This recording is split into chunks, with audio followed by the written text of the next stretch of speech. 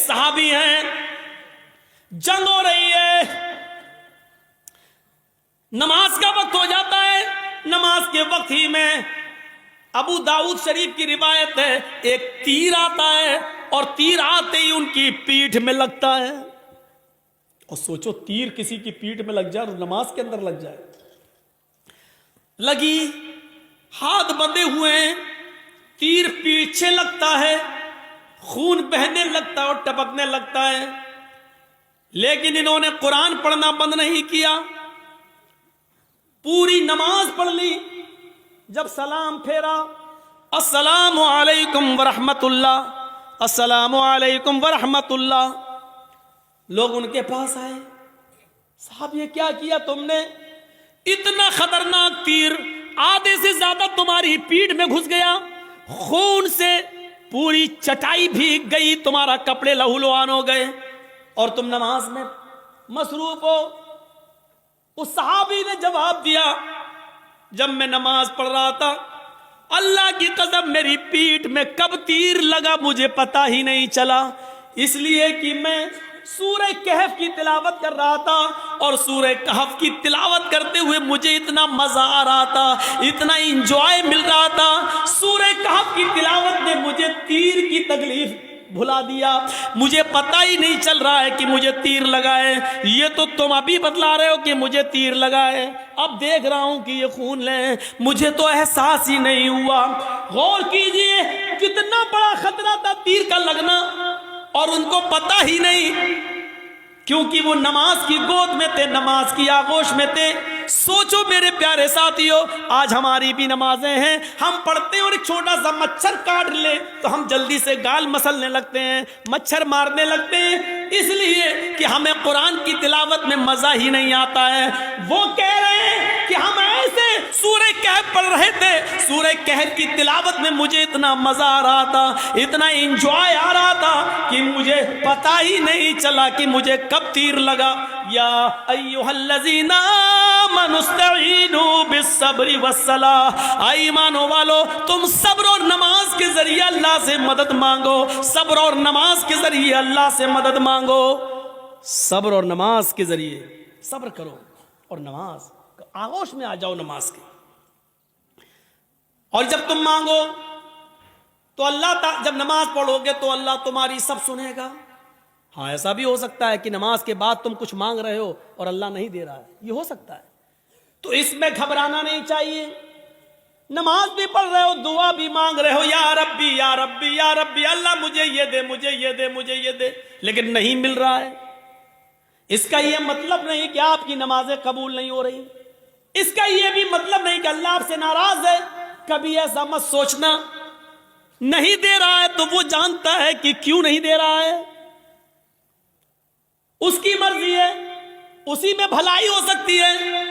ہمارا ایک چھوٹا سا بچہ ہے، اس کو نیمونیا ہو گیا ہے، ایک مثال دے رہا ہوں. آپ کا ایک چھوٹا سا بچہ ہے، اس کو نیمونیا ہو گیا ہے، ناک بہہ رہی ہے، بخار میں تڑپ رہا ہے، بار بار اس کو پیاس بھی لگ رہی ہے، ڈاکٹر نے دوا دی ہے، ٹھنڈی چیزوں سے منع کیا ہے. جب آپ اس بچے کو لے کر دوا لے کر آ رہے ہیں تو راستے میں برف بیچنے والا آئس کریم بیچنے والا آئس کریم بیچ رہا ہے، اور آپ کا بچہ آئس کریم کی ضد کر رہا ہے، پاپا مجھے آئس کریم چاہیے، پاپا مجھے آئس کریم چاہیے، ڈیڈ مجھے آئس کریم چاہیے، ابو مجھے آئس کریم چاہیے. مجھے ایمانداری کے ساتھ بتائیے، آپ کا بچہ بخار کی حالت میں، نیمونیا کی پوزیشن میں آئس کریم مانگ رہا ہے، کیا آپ اس کو آئس کریم دلائیں گے؟ کیا آپ اس کو آئس کریم کھلانا پسند کریں گے؟ نہیں، کیونکہ آپ جانتے ہیں کہ اس وقت اس کی اگر مراد میں نے پوری کر دی تو میرا بچہ اور زیادہ بیمار ہو جائے گا. آپ اس کے ہزار ضد کرنے کے باوجود آپ اس کو آئس کریم نہیں دیں گے، جبکہ آپ کو برا لگ رہا ہے کہ میرا بچہ بیچارہ مانگ رہا ہے. آپ نہیں چاہتے کہ اس کی تمنا پوری نہ ہو، آپ چاہتے ہیں کہ دلائیں، لیکن اس کی بیماری بتلا رہی ہے آئس کریم اس کے لیے نقصان دہ ہے. آپ باپ ہوتے ہوئے بھی اپنے بچے کو آئس کریم نہیں دلائیں گے، کیونکہ یہ آپ جانتے ہیں کہ میرے بچے کے لیے کیا اچھا ہے کیا برا ہے. آپ کہیے اللہ مجھے یہ دے، مجھے یہ دے، مجھے یہ دے، اور نہیں مل رہا ہے تو ناراض مت ہوئیے، کیونکہ آپ کا رب جانتا ہے آپ کو کیا دینا ہے اور کیا نہیں دینا ہے، وہ کیوں نہیں دے رہا ہے آپ کو، اس پہ اللہ تعالیٰ سے شکوہ مت کریے، شکایت مت کیجیے، ہو سکتا ہے اس کا نہ دینے میں ہی بھلائی ہو جو چیز آپ مانگ رہے ہوں۔ ایک بادشاہ اعلان کرتا ہے، آؤ میری رعایا، میری پبلک، جو مجھ سے مانگے گی منہ مانگے میں اس کو دوں گا۔ ساری کی ساری پبلک ایک میدان میں جمع ہو جاتی ہے، اور بادشاہ جو پبلک مانگتی جا رہی ہے بادشاہ دیتا جا رہا ہے۔ ایک بڑھیا ایک کھچر پہ بیٹھ کے آئی، کھچر گدھے کی طرح ہوتا ہے، کھچر پہ بیٹھ کے آئی۔ بادشاہ نے کہا بڑھیا تیرا بیٹا ہے؟ کہا نہیں۔ پتی ہے؟ کہا نہیں۔ کوئی نہیں ہے؟ کہا نہیں۔ آئے میرے وزیر، اس بڑھیا کو 100 دینار دے دو، 100 سونے کی اشرفیاں دے دو۔ بڑھیا کہنے لگی نہیں، آپ بے انصافی کر رہے ہیں، سب سے پوچھ رہے ہیں کہ بتاؤ کیا مانگتے ہو، اور جو جو مانگ رہا اس کو آپ دیتے جا رہے ہیں، اور مجھ سے کہہ رہے ہیں کہ 200 اشرفی دے دو سونے کی۔ نہیں، مجھے بھی منہ مانگے انعام چاہیے۔ بادشاہ نے کہا بتا تجھے کیا چاہیے؟ اس نے کہا جو کھچر میں لے کے آئی ہوں اس کے اوپر اتنا سونا لاد دو کہ یہ آسانی سے لے کر میرے گھر تک پہنچ جائے، اس کھچر کے وزن کے برابر سونا۔ بادشاہ نے کہا دیکھو یہ تم غلط کر رہی ہو۔ کیا جواب دیا اس بڑھیا نے؟ آپ نے سب کی مرادیں پوری کی، میری بھی کرو۔ پبلک کہنے لگی ہاں بادشاہ سلامت، آپ کی بے انصافی، آپ غلط کر رہے ہیں، سب کو منہ مانگے دے رہے ہیں، تو اس بڑھیا نے بھی جو مانگا اس کو دو۔ بادشاہ نے کہا جاؤ سونا لے کر آؤ اور اس کے کھچر پر لاد دو۔ سونا لاد کر کھچر پر لے کر بڑھیا چلی گئی گھر۔ گاؤں کے لوگوں کو پتا چلا، او سنو بہت سا مال آیا، سونا ملا ہے بڈھی کو۔ گھر کمزور تھا، رات میں نقب لگایا، 2-3 چور اندر گھسے۔ بڑھیا میں طاقت ہی کتنے تھی، ایک نے پیر پکڑا، ایک نے گردن دبا دی، پکڑا ختم۔ 1 منٹ بھی نہیں لگا، بڑھیا گئی اور سارا سونا وہ لے کر بھاگ گئی۔ صبح ہنگامہ ہو گیا، بڑھیا ماری گئی، سونا چلا گیا۔ بادشاہ نے ساری رعایا کو پھر بلایا، کہا لوگوں کیا ہوا؟ کہ بڑھیا ماری گئی، سونا غائب۔ کہا دیکھو میں جانتا تھا، اسی لیے اس کو 100 اشرفیاں دے رہا تھا، میں جانتا تھا کہ اس بڈھی کو لالچ ہے، اتنا سونے کا کرے گی کیا، نہ اتنا کھا پائے گی، اس کی زندگی میں اب زیادہ دن بھی تو نہیں رہ گئے، لیکن اس کے لالچ نے اس کو مار دیا، اسی لیے میں اس کو 100 سونے کی اشرفیاں دے رہا تھا، لیکن آپ لوگوں نے میری مخالفت کی۔ دیکھو مجھے معلوم تھا بڑھیا اتنا سونا نہیں سنبھال سکے گی، اس لیے ماری گئی۔ ایک معمولی بات سے یہ کہہ رہا ہے کہ کتنا اس بڑھیا کو ملنا چاہیے میں جانتا ہوں، اور کیا نہیں ملنا چاہیے میں جانتا ہوں۔ تو جو لوگ اللہ سے دعائیں مانگتے مجھے یہ دے دے، مجھے یہ دے دے، لیکن نہیں مل رہا ہے، اس کا رب جانتا ہے کہ کیا دینا چاہیے، کیا نہیں دینا چاہیے، کتنا دینا چاہیے اور کتنا نہیں دینا چاہیے، یہ اس کو معلوم ہے، اس لیے اس نے جتنا دیا ہے اسی پر راضی رہو، اسی پر خوش رہو۔ زیادہ مال تباہی و بربادی کا باعث بھی بن جاتا ہے۔ کل میں نے بتایا تھا اللہ کے نبی نے جب جنت میں جھانک کر دیکھا تو جنت میں سب سے زیادہ غریب، فقیر اور مسکینوں کو دیکھا، اور جہنم میں جھانک کر دیکھا تو سب سے زیادہ عورتوں کو دیکھا۔ میرے بھائیوں اندازہ لگائیے، یا ایھا الذین آمنوا استعینوا بالصبر والصلاۃ، نماز ایک ماں کی طرح ہے، جس طرح بچہ ماں کی گود میں آ جاتا ہے تو اپنے آپ کو محفوظ سمجھتا ہے، ایسی بڑی سے بڑی مصیبتیں جب ہمارے اور آپ کی اوپر آئیں تو ہم نماز میں مصروف ہو جائیں۔ یقین نہیں آتا تو سنو، ابراہیم علیہ السلام اپنی بیوی سارہ کے ساتھ، سارہ ہاجرہ تو دوسری ہیں، سارہ پہلے تھی، پہلی بیوی کون ہے؟ سارہ کے ساتھ جا رہے ہیں اور ظالم بادشاہ کے ملک میں گھس جاتے ہیں، اس ملک کو کراس کرنا چاہتے ہیں۔ ظالم بادشاہ کے وزیروں نے لوگوں کو بتایا، بادشاہ کو بتایا ایک آدمی ہے، اس کے ساتھ ایک عورت ہے اور بڑی خوبصورت ہے، بادشاہ نے کہا اچھا خوبصورت ہے، کہاں؟ بلا کے لاؤ۔ ابراہیم و سارا بلا کر لائے گئے۔ بادشاہ نے پوچھا یہ تمہاری کون ہے؟ ابراہیم علیہ السلام نے فرمایا یہ میری بہن ہے۔ ابراہیم علیہ السلام نے یہ سن رکھا تھا کہ اس بادشاہ کو اگر یہ کہہ دیا جائے کہ یہ میری بہن ہے تو بھائی کے ساتھ جب بہن کو دیکھتا ہے تو وہ پھر ہاتھ نہیں لگاتا ہے، چھوڑ دیتا ہے۔ تو کہہ دیا کہ بہن ہے، یہ جھوٹ نہیں تھا۔ ابراہیم علیہ السلام نے جب یہ کہا کہ یہ میری بہن ہے تو اس حیثیت سے کہا کہ ساری دنیا کے مسلمان آپس میں بھائی ہیں اور ساری دنیا کی عورتیں بہن ہیں۔ ایمانی رشتے سے ان کو اپنا بہن دل میں نیت کی تھی، ایمانی رشتے سے تو سبھی بہن ہیں، ہر کوئی ایک دوسرے کا بھائی، ایک دوسرے کی بہن ہے۔ لیکن چونکہ خوبصورت اتنی تھی حضرت سارہ کہ بہن کہنے کے باوجود بھی اس کی نیت خراب رہی۔ اس نے کہا ان کو کہیں لے جاؤ اور سارہ کو ذرا ہمارے دربار میں لے کے آؤ۔ ابراہیم علیہ السلام اپنی بیوی سے کہتے ہیں جاؤ۔ ابراہیم علیہ السلام کو ایک جگہ روک دیا جاتا ہے، سارہ کو اکیلے لے جایا جا رہا ہے، اور جب بادشاہ کی خلوت میں، بادشاہ کی تنہائی میں سارہ کو کر دیا جاتا ہے تو بادشاہ نے سارہ نے دعا مانگی، الہ العالمین میں اپنے شوہر ابراہیم کی امانت ہوں اور آج تک میں نے تیرے دین کی کبھی مخالفت نہیں کی ہے، اے اللہ اس ظالم بادشاہ سے میری عزت و آبرو کی حفاظت فرما۔ یہ کہہ کر بادشاہ نے جب اس سارہ کی اوپر اپنا ہاتھ بڑھایا تو سارہ کی دعا رنگ لائی اور سینے کے پاس آتے آتے ہاتھ رک گیا، نہ آگے بڑھ رہا ہے، نہ پیچھے ہٹ رہا ہے، نہ نیچے ہو رہا ہے، نہ اوپر جا رہا ہے، یہیں پر آ کر شل ہو جاتا ہے جیسے یہ سارہ علیہ السلام ہے اور یہ ان کے سینے کا حصہ ہے، ایسے اس پہ پکڑ کے ہاتھ مارا، یہ بس یہاں پر رک گیا، اب نہ آگے بڑھ رہا، نہ پیچھے ہٹ رہا، نہ ادھر ہو رہا، نہ ادھر ہو رہا ہے۔ چیخ کر کہتا ہے سارہ تیرے پاس کوئی خدائی طاقت ہے جو میرے ہاتھ کو مضبوطی کے ساتھ پکڑے ہوئے ہے، اللہ سے دعا کر، میں وعدہ کرتا ہوں کہ میں تجھے ہاتھ نہیں لگاؤں گا۔ حضرت سارہ نے دعا کی اور بادشاہ کا ہاتھ صحیح ہو گیا۔ پھر نیت خراب ہو گئی اس کی، پتہ نہیں، ہو سکتا ہے آٹومیٹک ہو گیا ہو۔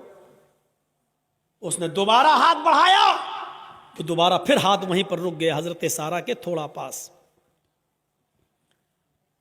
شل ہو گیا، نہ آگے نہ پیچھے، نہ دائیں نہ بائیں۔ اے سارہ ایک بار اور دعا کر دے، اس کے بعد ہم تجھے کبھی ہاتھ نہیں لگائیں گے، میں چھوڑ دوں گا۔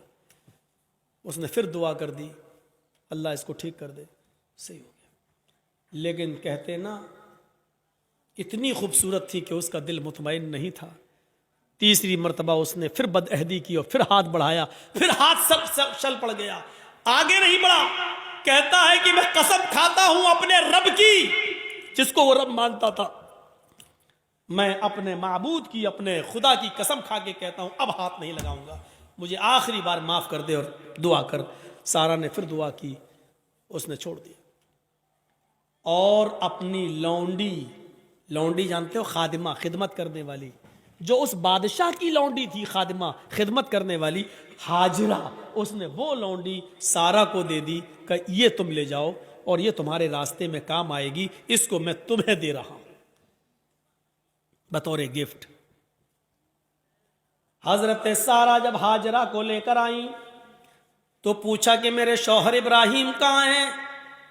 بادشاہ کی پولیس، بادشاہ کی فوج جب حضرت سارہ کو ابراہیم علیہ السلام کے پاس لے کر گئے تو حضرت سارہ کیا دیکھتی ہے کہ ابراہیم علیہ السلام نماز میں مصروف ہیں، نماز پڑھ رہے ہیں۔ مسلم شریف کی حدیث ہے، وہ نماز میں مصروف ہیں، نماز پڑھ رہے ہیں اور نمازی میں یہ دعا کر رہے ہیں کہ اللہ میری بیوی کی حفاظت فرما، اللہ میری بیوی کی حفاظت فرما، اللہ ظالم بادشاہ کے ظلم سے ہماری بیوی کو بچا لے۔ نماز میں مصروف ہیں۔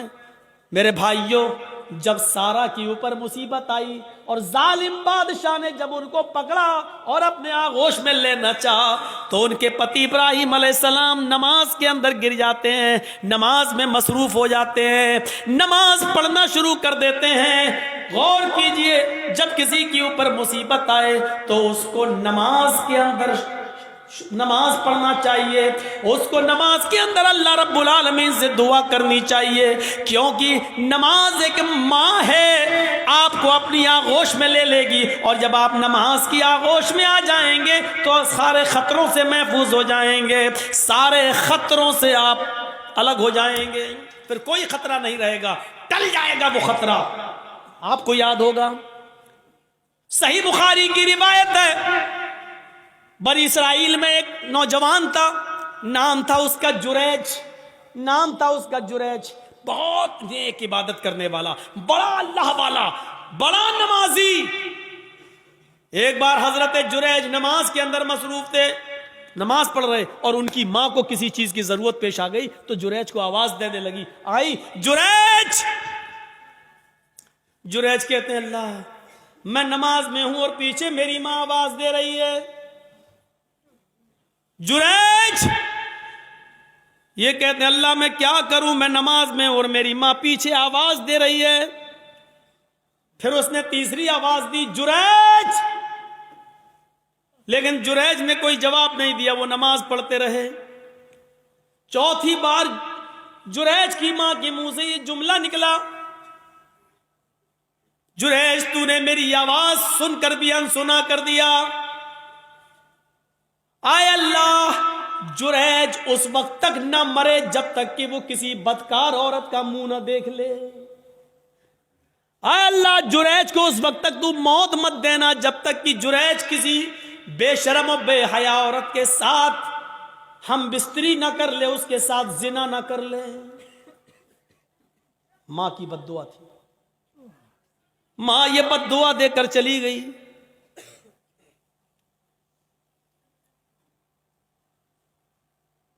پھر کیا ہوتا ہے، 2-4-5 دن کے بعد ایک عورت جریج کے معبد میں جہاں وہ عبادت کرتے تھے اسی میں حجرہ تھا، اسی حجرے میں خوبصورت عورت آتی ہے اور جریج سے کہتی ہے جریج ادنو منی، آؤ میرے قریب آؤ اور مجھ سے زنا کرو۔ جریج نے کہا اللہ کی پناہ میں ایسا غلط کام نہیں کر سکتا، میں اللہ کا نیک بندہ ہوں، اس کی عبادت میں اپنی زندگی گزار رہا ہوں، چلو جاؤ یہاں سے ہٹو، یہ غلط کام مجھ سے نہیں ہوگا۔ جریج نے اس عورت کو بھگا دیا۔ وہ عورت پریشان تھی، سیدھے جنگل میں جاتی ہے اور وہاں بکریاں چرانے والے چرواہے کے ساتھ وہ زنا کر لیتی ہے، شکار ہو جاتی ہے زنا کا۔ 9 مہینے 10 مہینے گزر جاتے ہیں۔ 9 مہینے کے بعد اس عورت کے بچہ پیدا ہوتا ہے، حمل ٹھہر گیا تھا۔ 9 مہینے کے بعد جب بچہ پیدا ہوا تو اس چرواہے کا تو پتہ ہی نہیں کہ وہ کہاں کا رہنے والا تھا، کہاں چلا گیا، اور نہ یہ عورت اس کو پہچانتی تھی، بس جنون تھا اس کو کسی سے ملنے کا، مل لیا وہ۔ یہ جریج نہیں ملا تو جنگل کے چرواہے کے پاس چلی گئی، لیکن چرواہے کا پتہ نہیں۔ 9 مہینے سے اس کے گھر میں جب بچہ پیدا ہوتا ہے تو پورے گاؤں والے اس پر بھل پڑے، ہے تیری شادی نہیں ہوئی، بچہ کہاں سے آیا؟ جب اس کو زیادہ پریشان کیا گیا اور گمبھیرتا سے اس بات کو لی گئی کہ پورا سماج بدنام ہو جائے گا، بتا پہلے یہ بچہ کس کا ہے، تو اس عورت نے جریج کا نام لے دیا۔ اس عورت نے جریج کا نام لے لیا کہ اس بچے کا باپ جریج ہے۔ آج کل تو ڈی این اے ٹیسٹ ہو جائے گا، پتہ چل جائے گا کس کا بچہ ہے، لیکن اس زمانے میں تو ڈی این اے ٹیسٹ کی کوئی مشینری نہیں تھی، پیتھولوجی اور سائنس نے اتنی ترقی نہیں کی تھی، کوئی پیتھولوجی بھی نہیں تھی۔ پورا گاؤں آیا غصے میں اور دیکھا کہ جریج نماز پڑھ رہا ہوں، پورا نماز سے ان کو کھینچا، ہٹ دیکھ کتنا اللہ والا بنا پھرتا ہے، نماز پڑھ رہا ہے، اور اس کا پورا عبادت خانہ توڑ دیا۔ بڑا نالائق آدمی ہے، بڑا کمینہ انسان ہے، اس کا عبادت خانہ توڑ دیا۔ مارا نہیں، اس کو کھینچ لیا۔ دیکھ کتنا اچھا بنتا ہے، کتنا نیک بنتا ہے، سجدوں پہ سجدے کرتا ہے، رات میں نماز پڑھتا ہے، دن میں نماز پڑھتا، اور کارنامہ دیکھ، گاؤں کی لڑکی کے ساتھ ایسا حال، اس کو ماں بنا دیا، پریگننٹ کر دیا، اس کے پیٹ میں بچہ۔ کس کس کو صفائی دیتے؟ جب عورت یہ کہہ رہی ہے کہ اس بچے کا باپ جریج ہے، تو اب جریج کس کس کو صفائی دیتے؟ نہیں مانتا کوئی ان کی بات۔ جریج سمجھ گئے کہ وہ بچہ کسی اور کا ہے، لیکن اس عورت نے میرا نام لگا دیا، تو بجائے لوگوں کو صفائی دینے کے جریج نے ایک جگہ چٹائی بچھائی، عبادت خانہ تو توڑ دیا، جریج نے ایک جگہ چٹائی بچھائی اور اسی پر وہ نماز پڑھنے میں مصروف ہو گئے، اور نماز کے اندر یہ دعا کرنے لگے، اے اللہ اس کی سچائی اگر سامنے نہ آئی تو دنیا میں پھر کبھی کوئی تیرے نیک بندوں پر بھروسہ نہیں کرے گا، کبھی بھی پھر نیک لوگوں پر اعتبار نہ کیا جائے گا، ہر نیک آدمی پھر بدنام ہو جائے گا۔ اے اللہ میں نماز کے اندر تجھ سے دعا مانگتا ہوں کہ اس کی سچائی ظاہر کر دے۔ نماز پڑھ رہے ہیں، ادھر اللہ تعالیٰ نے اس بچے کو قوت گویائی دی، جو بچہ اس عورت نے پیدا کیا تھا، جو چرواہے کی پیداوار تھا، وہ بچہ زور زور سے کہنے لگا، اے گاؤں والو، اے گاؤں والو، اے سماج والو، میری ماں جھوٹ بول رہی ہے، میں جریج کا بیٹا نہیں ہوں، میرا باپ فلاں جنگل کا فلاں چرواہا ہے جو فلاں فلاں بستی میں رہتا ہے، میری ماں نے اس کے ساتھ زنا کیا تھا، میں اس باپ کی اس چرواہے کی اولاد ہوں، میں جریج کا بیٹا نہیں ہوں، جریج نے میری ماں کے ساتھ کچھ نہیں کیا۔ جب وہ بچہ زور زور سے بولنے لگا، اس بچے کے زور سے بولنے کی وجہ سے لوگوں کو یقین آ گیا کہ اس عورت نے جھوٹا جریج کا نام لیا ہے۔ وہ معافی تلافی کرتے ہوئے آئے اور کہنے لگے، جریج ہمیں معاف کر دو، ہم سونے کا تمہارا معبد عبادت خانہ سونے کا بنا دیں گے، ہمارے پاس اتنا سونا ہے، ہم سونے کا تمہارا عبادت خانہ بنا دیں گے۔ جریج نے کہا نہیں نہیں، جس طرح مٹی کا پہلے بنا ہوا تھا اسی طریقے کا بنا دو، سونے کی عبادت خانے کا ہم کیا کریں گے، ہمیں تو نماز ہی تو پڑھنا ہے، اور کرنا ہی کیا ہے میرے بھائیوں۔ حضرت جریج کے اوپر جب مصیبت آتی ہے، اور اتنی بڑی مصیبت کہ نیک آدمی کے اوپر زنا کا الزام لگ رہا ہے، تو حضرت جریج صفائی پیش نہیں کرتے ہیں، بلکہ نماز کی آغوش میں چلے جاتے ہیں، نماز کے دامن میں چلے جاتے ہیں، نماز پڑھنا شروع کر دیتے ہیں، اور اسی نماز کے اندر دعا مانگ رہے ہیں۔ اللہ نے کہا، یا ایھا الذین آمنوا استعینوا بالصبر والصلاۃ، جب تمہارے اوپر مصیبت آئے تو صبر اور نماز کے ذریعے اللہ سے مدد مانگو۔ جریج نے صبر کیا گاؤں والوں کے عبادت خانہ توڑنے پر، اور نماز کے ذریعے اللہ سے مدد مانگی ہے۔ میرے بھائیوں، نماز بڑی سے بڑی مصیبتوں کو دور کر دیتی ہے۔ نماز جب آپ کے اوپر بہت بڑی کوئی مصیبت آئے تو فوراً وضو بناؤ اور نماز کی آغوش میں چلے جاؤ۔ 313 صحابہ، 1000 کا لشکر کافروں کا جنگ بدر میں، اللہ کے نبی نے جب یہ کنڈیشن دیکھی تو آپ سمجھ گئے کہ یہ ہتھیاروں سے لیس ہمارے پاس کچھ نہیں، آج کیا ہوگا؟ تو آپ نماز پڑھنے لگے اور سجدے میں یہ دعا کرنے لگے، اللہم لا تہلک ھذہ العصابہ ان تہلک ھذہ العصابہ لن تعبد بعد اليوم قط۔ اے اللہ، آج اگر یہ مٹھی بھر جماعت ہلاک ہو گئی، آج یہ 313 صحابہ اگر مٹ گئے، ہلاک ہو گئے، تو اس روئے زمین کے اوپر پھر کبھی تیری عبادت نہ ہو سکے گی، اس روئے زمین کے اوپر پھر کبھی کوئی تیرا نام لینے والا نہ ہوگا۔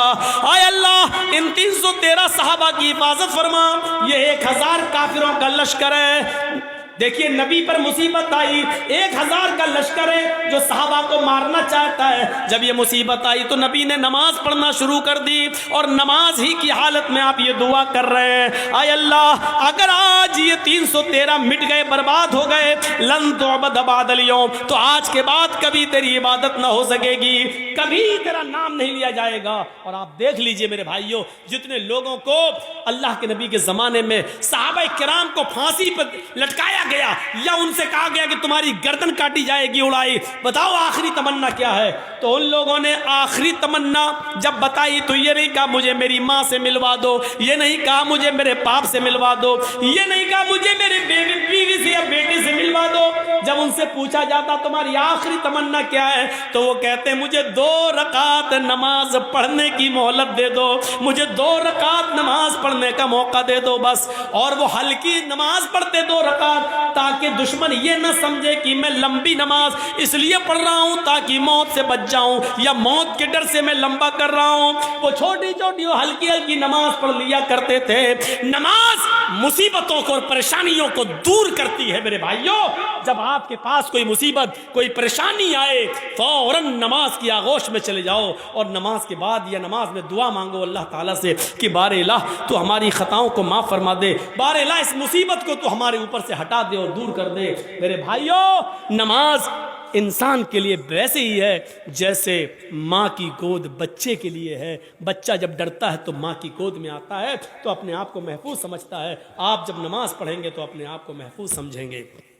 1:10 ہو گیا ہے، مجھے نکلنا ہے۔ جو ٹرین مجھے پکڑنی تھی وہ آج کینسل ہو گئی ہے۔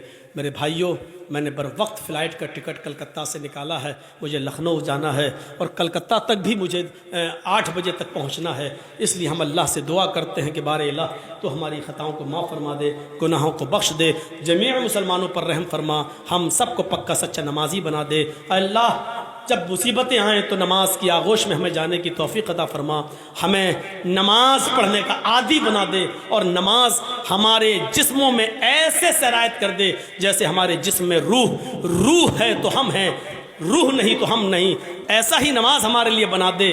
ہم جب تک رہیں نماز قائم کرتے رہیں۔ اللہ نماز کو چھوڑنا ہمارے لیے مصیبت، ہمارے لیے بہت بڑی مصیبت بن جائے۔